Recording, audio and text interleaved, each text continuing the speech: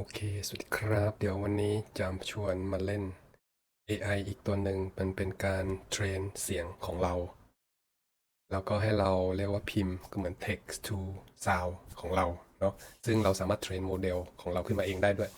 ถ้าใครเล่น Stable Diffusion นี่ก็คงจะคล้ายๆกันคือการเปลี่ยนตัวหนังสือให้เป็นรูปภาพ แต่อันนี้จะเปลี่ยนตัวหนังสือมาให้เป็นเสียงของเราเนาะเพราะงั้นต่อไปเราสามารถทำ audio book หรืออะไรต่อยอดได้ไปด้วยเนาะเพราะงั้นรีโปวันนี้เราจะมาตามลิงก์นี้เลยนะเดี๋ยวจะแปะลิงก์ไว้ให้ถ้าใครต้องการจะลองก็พิมพ์ Google ก็ได้ AI voice cloning อะไรอย่างเงี้ยเนาะแล้ววิธีลงก็มานี่วิกิเนาะซึ่งเหมือนเดิมAI มันซัพพอร์ต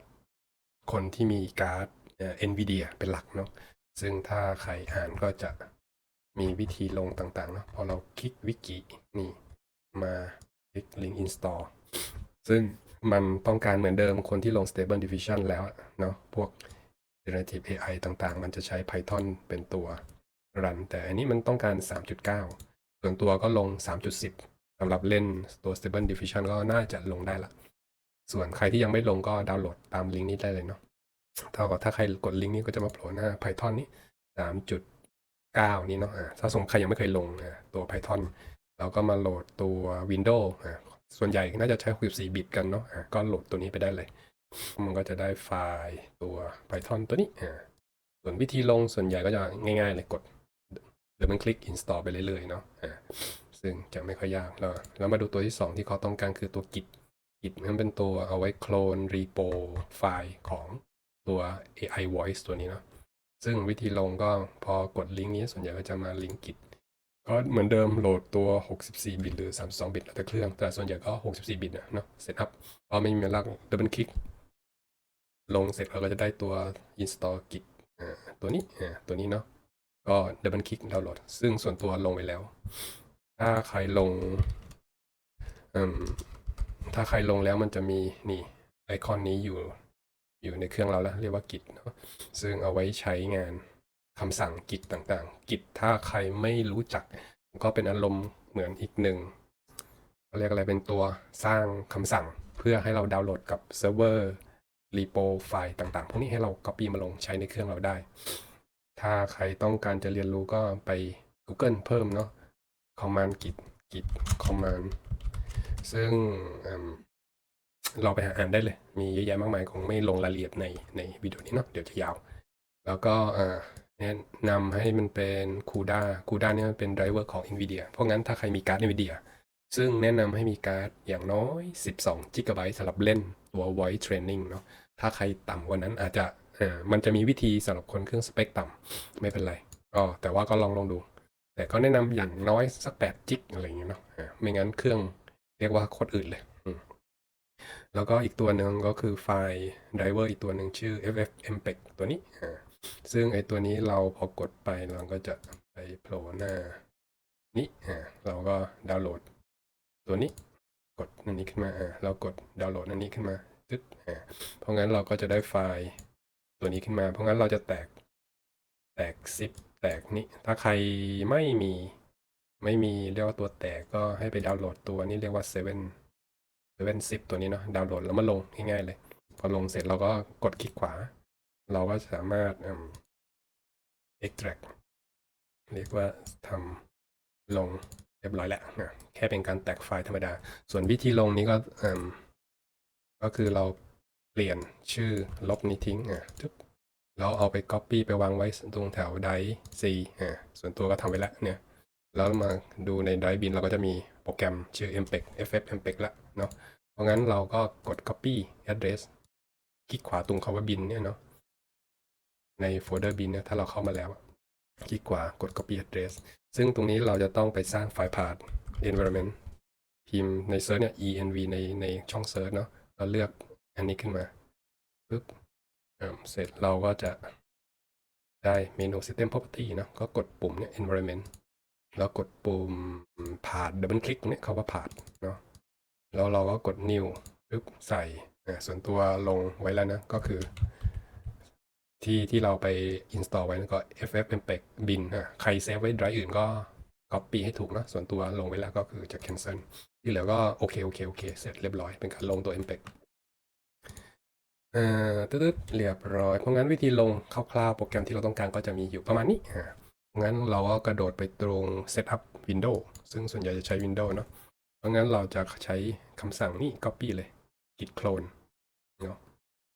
เพราะงั้นเราอยากจะลงที่ไหนเราก็ไปที่นั่นเนาะก็ส่วนตัวจะลงในนี้โฟลเดอร์นี้เนาะก็คลิกพิมพ์ตรงนี้ cmd เนาะมันก็จะเรียกหน้าต่างคอมมานด์ขึ้นมาที่อยู่ในโฟลเดอร์เนี่ย voice training อันนี้ทำไว้ละมันจะเป็นโฟลเดอร์เดียวกันเนาะเพราะงั้นเราก็แค่กดวางไปที่เรา copy มานี่จุดเพราะงั้นที่เหลือเขาก็จะเห็นไหมเขากำลังดาวน์โหลดรีโปลงมาให้ละรอแป๊บหนึ่งก็เสร็จละ เพราะงั้นเราก็จะได้โฟลเดอร์นี้ขึ้นมาเนาะซึ่งสำหรับคนที่ใช้ NVIDIA เนาะกดอันนี้แต่คนที่ใช้ AMD อะไรเงี้ยให้กดไฟล์นี้เนาะเวลาลงงั้นส่วนตัวเราจะกดไฟล์นี้ setup cuda.bat คือไฟล์นี้เนาะก็ดับเบิลคลิก ซึ่งตรงนี้เขาก็จะทำการดาวน์โหลดโมเดลไฟล์ต่างๆเยอะแยะมากมายเลยซึ่งรอสักพักซึ่งตรงนี้ก็แล้วแต่เครื่องใครถามว่าไอ้ตัวนี้มันดีไงก็คือหลักๆเนาะใครที่มีเรียกว่าพิมพ์ถ้าเป็นเมืองไทยมันมีตัวหนึ่งเรียกว่าบอทน้อยก็คือเป็นเว็บที่เรียกว่าจ่ายตังค์เนาะ แต่นี้เราทำกันเองทำฟรีคือใช้เสียงของเราว่าง่ายๆเนาะคือเราจะพูดแต่ว่าโมเดลนี้มันยังเป็นภาษาอังกฤษยังหาวิธีทำเป็นภาษาไทยไม่ได้อยู่แต่ก็ลองเล่นเป็นภาษาอังกฤษไปก่อนเนาะก็หลักๆคือเราอาจจะอัดเสียงของเราเนี่ยแค่อ่านข้อความอะไรก็ได้เป็นภาษาอังกฤษสัก1-2 นาทีเนี่ยเรายัดไปในโปรแกรมนี้ ซึ่งใน AI ตัวนี้มันจะเหมือนดึงคำหรือเสียงของเราcopy เอาไว้ไปแมทกับตัวเทมเพลตโมเดลที่เขามีอยู่แล้วในโปรแกรมของเขานะเพราะงั้นเสียงของเราเวลาเราไปพิมพ์ข้อความใดๆก็ได้ต่อไปเราพิมพ์เทคเข้าไปแล้วเสียงก็จะเป็นเสียงพูดของเราแต่ว่าเป็นภาษาอังกฤษเนาะเพราะงั้นใครเสียงเนอพูดไม่ค่อยชัดภาษาอังกฤษก็ไม่เป็นไรมันจะเป็นเรียกว่าโมเดลของเราโดยเฉพาะนะเพราะงั้นเรื่องลิขสิทธิ์ก็คงไม่ติดอยู่แล้วนะเรื่องนี้หรือถ้าเกิดใครรู้สึกเขินอายภาษาอังกฤษตัวเองนะสำเนียงอ่อนด้อยอาจจะไปหาโหลดเสียงฝรั่งที่เขาพูดในหนังก็ได้สักเซนเทนอะไรเงี้ยแต่ว่าต้องระวังว่าอย่าไปเอาที่มันเนาะถ้าเกิดเราต้องทำเป็นเชิงพาณิชย์เนี่ยอย่าไปเอาเสียงที่เป็นเรียกว่าอะไรเนาะเป็นคนมีลิขสิทธิ์เนาะเพราะเสียงก็มีลิขสิทธิ์ว่าง่ายๆเหมือนรูปภาพแหละเวลาเราเจนรูปภาพนะตอนนี้เนาะก็ยังโต้แย้งโต้เถียงกันภาพที่เราเอามาเนี่ย AI สร้างขึ้นมานี้มันเรียกว่ายังเป็นไม่ขาวก็ดำอยู่เป็นที่เทาๆอยู่เนาะเพราะงั้นใช้ยังไงก็แต่พิจารณานะเพราะงั้นส่วนตัวก็คือพยายามเรียนรู้ตรงนี้เพื่อเอาไปต่อยอดทำเป็นหนังสือเสียงซึ่งใครที่อยากจะลองเรียกว่าหารายได้เนาะทำขายของขายออนไลน์ขายพวกเสียงพวกนี้ซึ่งมีหลายเว็บไซต์มากเดี๋ยวนี้คือเขาจะเป็นตัวเรียกว่าตัวช่วยให้เราสามารถอ่านหนังสือเสียงว่าง่ายๆเพราะงั้นเราง่ายเลยเขามีสคริปต์มาให้เราใส่เข้าไปตุ้มเสร็จเราไม่ต้องมาอ่านทั้งวันทั้งคืนแล้วคราวนี้เราก็แค่ copy แปะตัวเทคของเราเนาะแค่เรามีโมเดลเสียงของเราไว้แค่นั้นเองเนาะตอนนี้มันก็จะทำการดาวน์โหลดไฟล์ต่างๆมากมายเนาะซึ่งตรงนี้ใช้เวลาสักพักหนึ่งเนาะเพราะงั้นเดี๋ยวคงอาจจะตัดช่วงนี้เดี๋ยวมาตอนที่เสร็จแล้วเนาะเพราะงั้นเดี๋ยวค่อยจะมาดูต่อกันว่าต้องทำยังไงต่อไปบ้างหรือถ้าใครอยากมาฟังต่อก็ไม่เป็นไรลองดูซึ่งตรงนี้ไม่มีอะไรละหลักๆคือพอเรากดตรงนี้ก็จะเสร็จเรียบร้อยแล้วเราก็จะได้ไฟล์ต่างๆส่วนถ้าเกิดใครลงแล้วมีปัญหาใดๆส่วนตัวไม่มีความรู้เรื่องโค้ดเรื่องอะไรเนาะเป็นแค่ยูเซอร์ทั่วไปแต่ก็ใช้ Google เอาเนาะส่วนใหญ่คำถามถ้ามันโชว์ Error อะไรขึ้นมาเราแค่ Copy เอาไว้มันก็จะเป็นคำถามเดิมๆอยู่แล้วมันอาจจะขึ้นอยู่กับว่า1เครื่องเราไม่ซัพพอร์ตเวอร์ชันPython เวอร์ชันสคริปต์นู่นนี่นั่นอาจจะไม่ตรงนะอะไรเงี้ยถ้าเราไปถามในเนี่ยในในรีโปของคนเนี้ยก็คือไปเนี่ยใน issue เนี่ยเราสามารถโพสต์ถามเนาะก็เราสามารถพิมพ์ถามว่าช่วยหน่อยฉันติดตรงนี้อาจจะแคปหน้าจอตรงที่เราติดอะไรเงี้ยนะแล้วโพสต์ที่เหลือเดี๋ยวพวกฝรั่งเขาจะมาคนเก่งๆนะ เขาจะมาช่วยนะก็ลองดูสมมติเนี่ยมัน support audio file format ตึ๊ดๆเราก็ copy อะไรแบบนี้ไปให้เขาเนาะเดี๋ยวก็จะมีคนมาช่วยตอบนี่คือข้อดีของการอยู่ใน community ของพวก GitHub อะไรพวกนี้นะซึ่งเขาจะช่วยกันนะเพราะว่ามันเป็น free resource เพราะงั้นคนที่เก่งเขาจะมาช่วยตอบอะไรอย่างเงี้ยนะก็ค่อยๆเรียนรู้กันไปก็เหมือนกับ Stable Diffusion แล้วก็ได้เล่น Generative AI ก็เนาะเราสร้างรูปกันตุ้มตามเดี๋ยวนี้คนสร้างโมเดล ตัวอย่างเช่นในซีวิตไทยเนาะก็คือมีโมเดลต่างๆให้เราใช้ง่ายๆแล้วเดี๋ยวนี้ แต่ว่าไอ้นี้ยังเหมือนกับยังไม่มีใครทำเลยเนาะเป็นการเทรนโมเดลด้วยเสียง AI พวกนี้เนาะคือถ้าเมืองไทยเห็นเว็บหนึ่งเรียกว่าบอทน้อยนั้นก็ไปลองเล่นหัวเสียงเขาก็ดีมาก เพราะงั้นเขาคงใช้อะไรประมาณนี้แหละ ซึ่งจริงๆแล้วถ้าเกิดในระหว่างรอไปดูกันหน่อย ซึ่งไอเนี้ยไอเจ้า AI voice เนี่ยเท่าที่อ่านมันมาจากคนนี้ที่ชื่อนี้เนาะ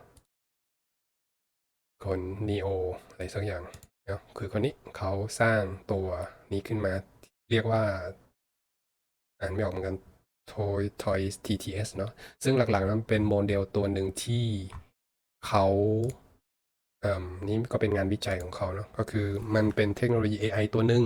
เท่าที่อ่านเนาะก็คือเป็น Text to Speech หรือ TTS ตัวนี้มันใช้เรียกว่าการเรียนรู้ของ AI คล้ายๆกัน Neural เขาเรียกว่า Neural MEL อะไรสักอย่างซึ่งภาษาเขาอาจจะงงๆถ้าเกิดใครไม่ได้เรียนรู้เรื่องนี้เอาเป็นว่ามันใช้ AI ในการเรียนรู้เสียงของเราซึ่งมันคล้ายๆกับการใช้ AI เรียนรู้เรื่องภาพนั่นแหละแต่อันนี้มันใช้การ เรียกว่าอะไรการโคดดิ้งเสียงเนาะมันเป็นเทคโนโลยีอะไรต่างๆมากมายซึ่งส่วนตัวก็ไม่ค่อยเข้าใจหรอกว่ามันเป็นไงแต่ว่ามันก็เอาพอเรียนรู้นิดๆหน่อยๆเนาะก็คือเขาก็ถ้าส่วนใหญ่คนที่มาเล่นตรงนี้อาจจะมีเบสิกด้านเจนรูปภาพมาบ้างแล้วก็จะมีคล้ายๆมีคลิปมีอะไรพวกนี้คือคำศัพท์จะคล้ายๆกันเลยแต่ตรงนี้มันจะใช้เทคโนโลยีตัวนี้เรียกว่าทอยอะไรสักอย่างซึ่งมันถ้าเกิดเหมือนกันเวลาเราสร้างโมเดล ภาพมันจะแตกถ้าเราเกิดเราเจนไปนานๆนะเพราะงั้นเราต้องหาช่วงที่มันสร้างเสียงให้ชัดที่สุดต่อหลังๆจากนั้นจะเป็นเสียงเหมือนมนุษย์ต่างดาวอะไรอย่างเงี้ยเนาะอันนี้คอลแลบอันนี้ใช้คอลแลบอันนี้ก็เป็นข้อมูลวิธีลงด้วยวิธีต่างๆเนาะส่วนใหญ่ของเราน่าจะเสร็จแล้วแหละ นี่ก็เนี่ยโฟลเดอร์นี้พอลงเสร็จแล้วเราก็จะมาเ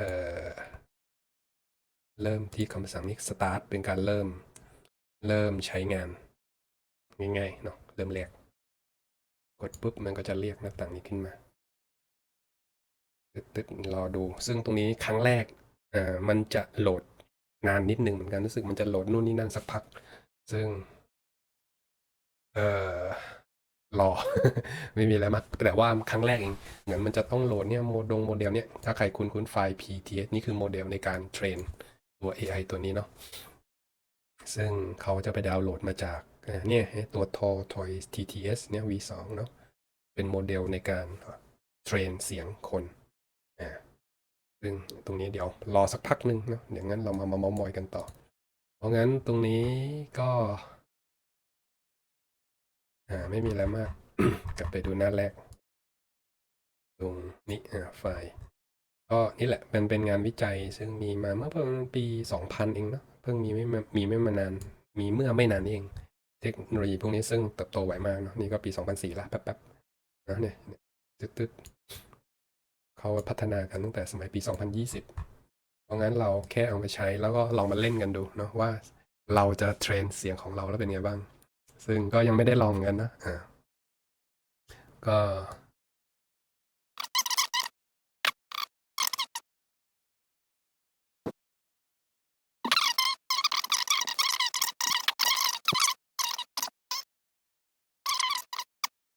ตึ๊ดนี่เห็นไหมอันนี้เนี่ยนี่แหละก็คือไอ้ address ที่เราจะเอาไปใช้เสร็จแล้วนี่ copy ไปงั้นเดี๋ยวกดใหม่ปิดไปก่อนลองโหลดอีกใหม่สักครั้ง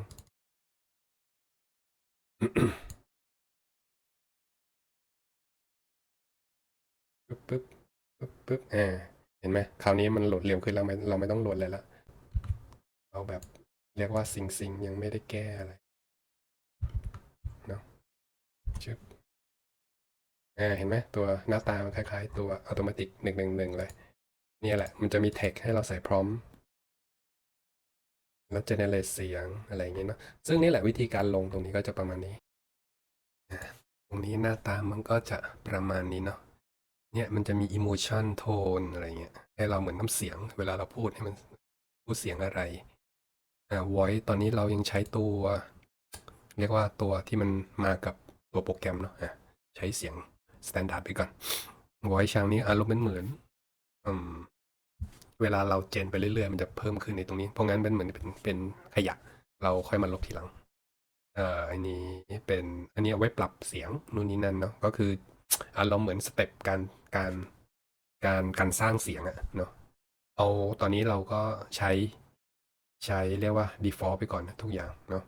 ก็หลักๆเดี๋ยวลองไปก๊อปนี่ลองก๊อปอันนี้มาข้อความ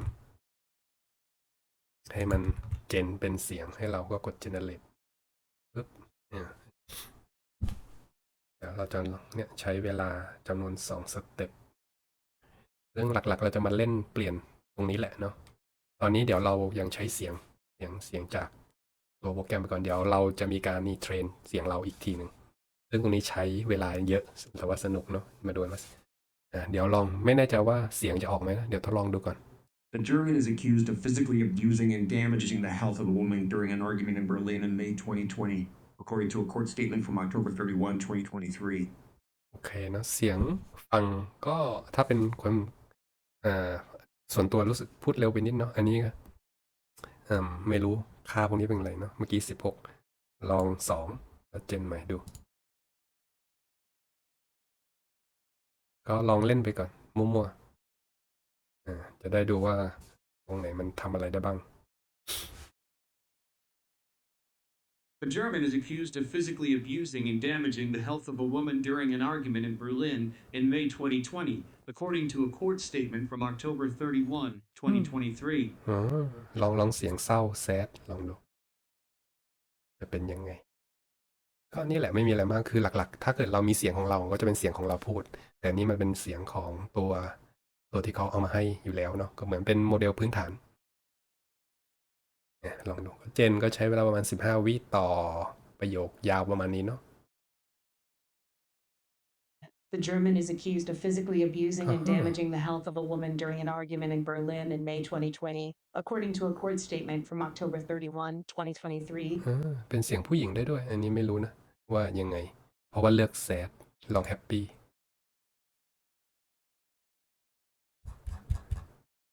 นี้มันก็ทำงานเบื้องหลัง connection error อันนี้ไม่แน่ใจนะเดี๋ยวค่อยมานั่งเช็คอีกที result random result ไฟล์อยู่ใน result random The German is accused of physically abusing and damaging the health of a woman argument T20, according to a court statement from October 31, 2023. ลอง angry ดูโกรธ generate มันน่าจะเป็นโค้ดอะไรสักอย่างหนึ่งเดี๋ยวค่อยไปนั่งดูแก้ที่โค้ดอีกทีซึ่งไฟล์เสียงมันน่าจะถูกเก็บไว้ใน result อารมณ์เหมือน output เนี่ยเสร็จแล้ว The German is accused of physically abusing and damaging the health of a woman during an argument in Berlin in May 2020, according to a court statement from October 31, 2023. โอเค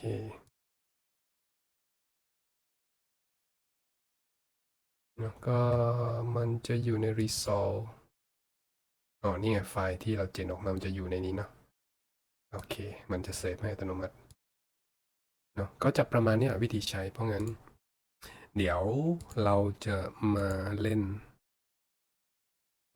เทรนนิ่งกันในคลาสต่อไปดูซิว่าเทรนเสียงของเราจะเป็นไงเนาะงั้นเดี๋ยวคลิปนี้คงพอแค่นี้ก่อนนะครับบ๊ายบายหวังว่าเพื่อนๆคงไปลองเล่นกันก่อนเนาะสนุกเดี๋ยวค่อยกลับมาดูกันวิธีเทรนเสียงของเรากันนะครับบ๊ายบาย